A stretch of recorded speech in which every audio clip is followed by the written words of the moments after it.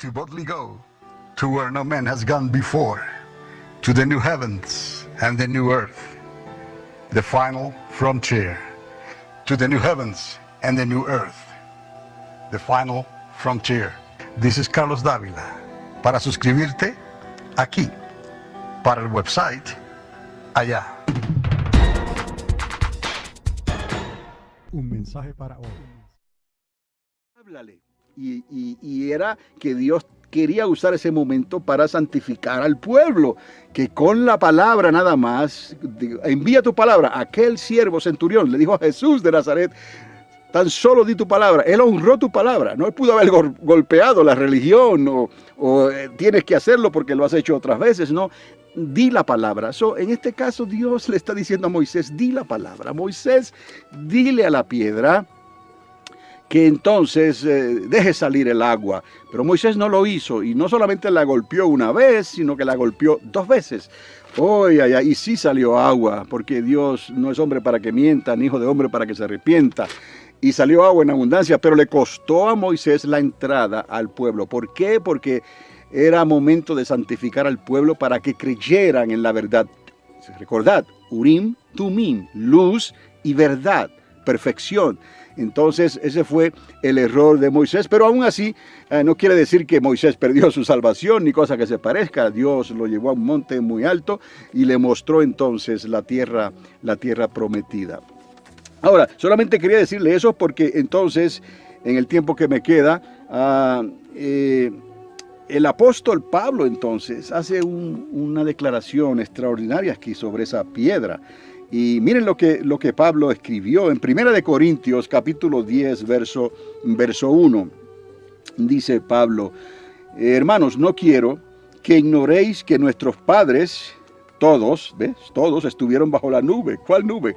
En uno de los videos que de las enseñanzas que les hice, les hablé de esa nube, la semana que Moisés estuvo bajo la nube, que cuadra con la semana que Cristo estuvo probablemente bajo la nube, después que él estuvo los 40 días, las primeras 6 semanas, le quedaba una semana, son 7 por 7, 49 días más 1, el 50 era el día de Pentecostés, después de la Pascua, ¿no?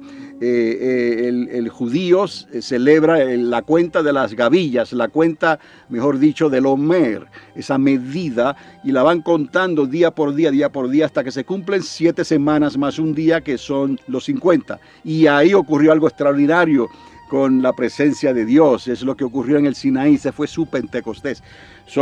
Es importante entender esto, que Jesús está 40 días. Él está contando el Omer, 40 días y tenemos que sumarle lo que él estuvo en el corazón de la tierra. Si sumamos los 40 días y los 3 días y 3 noches que estuvo en el corazón de la tierra, son 43 días, ¿no? ¿Y qué le queda 43? Más 7 serían entonces los 50 días, ¿ok? Jesús se queda 40 días aquí en la tierra y luego es subido al cielo. Y lo que yo les dije en esa enseñanza es que posiblemente ese fue el tiempo, la semana de Cristo para estar con el Padre, antes de derramar el bautismo en fuego, lo que ocurrió en Pentecostés, lenguas de fuego repartidas sobre cada uno de ellos. Es la señal, es el fuego sobrenatural. Lo que le ocurre a Moisés allá, al pueblo en el Sinaí, es que el estruendo del Sinaí, los relámpagos, el resplandor del fuego de la presencia, la luz de Dios, que todo el mundo tembló. En el aposento alto ocurre un estruendo que impactó a toda la ciudad, a toda la comunidad. No se explicaban qué fue lo que pasó.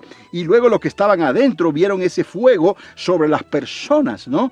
Y comienzan, aquí hay algo extraño, porque obviamente esta es la señal, lo que Dios quiere que veamos, ¿no?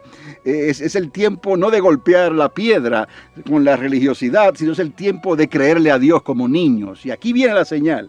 Lenguas de fuego repartidas. ¿Y ¿Qué hace eso? Comienzan a hablar en otros idiomas. Claro, en el griego se traduce glosalía, porque en ese momento fueron, si había griegos, un grupito de griegos comenzaban a hablar en griego, aunque no sabían hablar el griego. En este caso, déjame repetir esto. Un grupo de personas pudiera comenzar a hablar en griego sin saber el griego, pero había personas sí que entendían el griego. Y estos que eran griegos entendieron a los que no eran griegos que estaban hablando en el idioma griego. Y eso se repitió con el italiano, con los medos, con los persas, o todos los que estaban allí reunidos en esa ciudad celebrando la fiesta. Entonces fue algo extraordinario. Entonces, Pablo aquí habla de todos, no quiero, hermanos, que ignoréis que nuestros padres todos estuvieron bajo la nube y todos pasaron el mar. Y luego en el verso 2 dice, y todos en Moisés fueron bautizados, en la palabra que él usa, bautizados en la nube y en el mar. Y Juan el Bautista habló, este que viene detrás de mí, os bautizará en Espíritu Santo, el Ruach HaKodesh, y en fuego.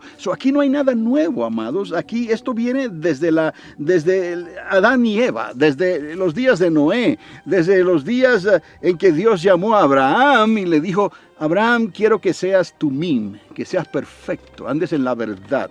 Entonces, entendamos esto, que Dios lo conecta todo en la Escritura. Y dice aquí que todos pasaron el mar, todos estuvieron bajo la nube, todos fueron bautizados. Y dice, todos comieron el mismo alimento espiritual. Y aquí viene el detalle, en el verso 4. Y todos bebieron la misma bebida espiritual. ¿No? Y ya estamos hablando de que eso nos deja saber a nosotros que ya no era la piedra que se golpeaba para que brotara agua y el pueblo creyera en base a religiosidad. Y somos humanos, obviamente. Pero estamos en otro nivel, en el nivel de la fe, en el nivel de la gracia, que es favor inmerecido. Dios quiso que lo que Moisés hiciera era algo espiritual. Iba a hablarle a la piedra, no a golpearla, para poder santificar al pueblo.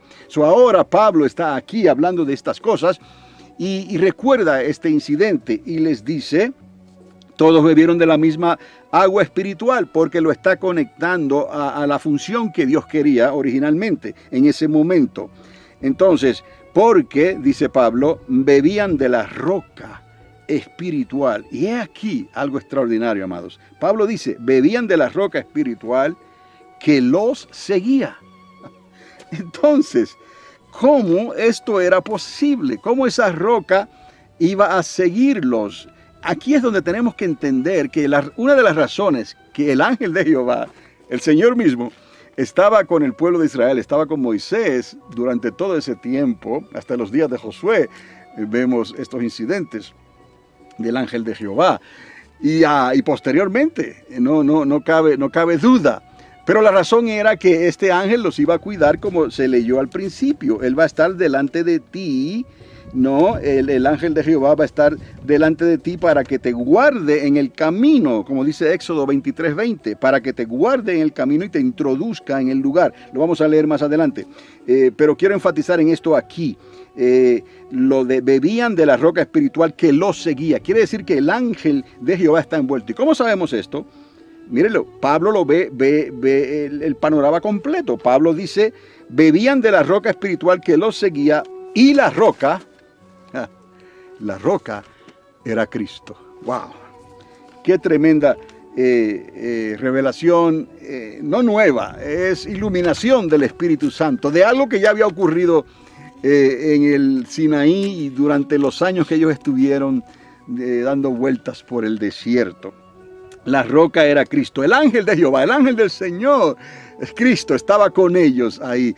David lo veía a su diestra, el ángel del Señor está a mi diestra. Y lo veo y era si Saúl hubiese creído, si Saúl hubiese esperado, si Saúl hubiera hecho lo que Dios le estaba diciendo, aunque Saúl, fíjese que Saúl el rey estuvo entre los profetas, él danzó por el Espíritu de Dios entre los profetas y profetizó por el Espíritu de Dios entre los profetas. Mas sin embargo el yo de Saúl, el libre albedrío, nuestro libre albedrío, puede rebelarse contra Dios. No le demos lugar al diablo, no le demos lugar a la carne, no le demos lugar a que el libre albedrío nos lleve a tomar decisiones que no le agradan a Dios. Mire las consecuencias que tuvo que pagar el rey Saúl. Además de haber dejado el remanente de los amalecitas hasta el día de hoy, los amalecitas, Amalek, enemigo terrible de Israel.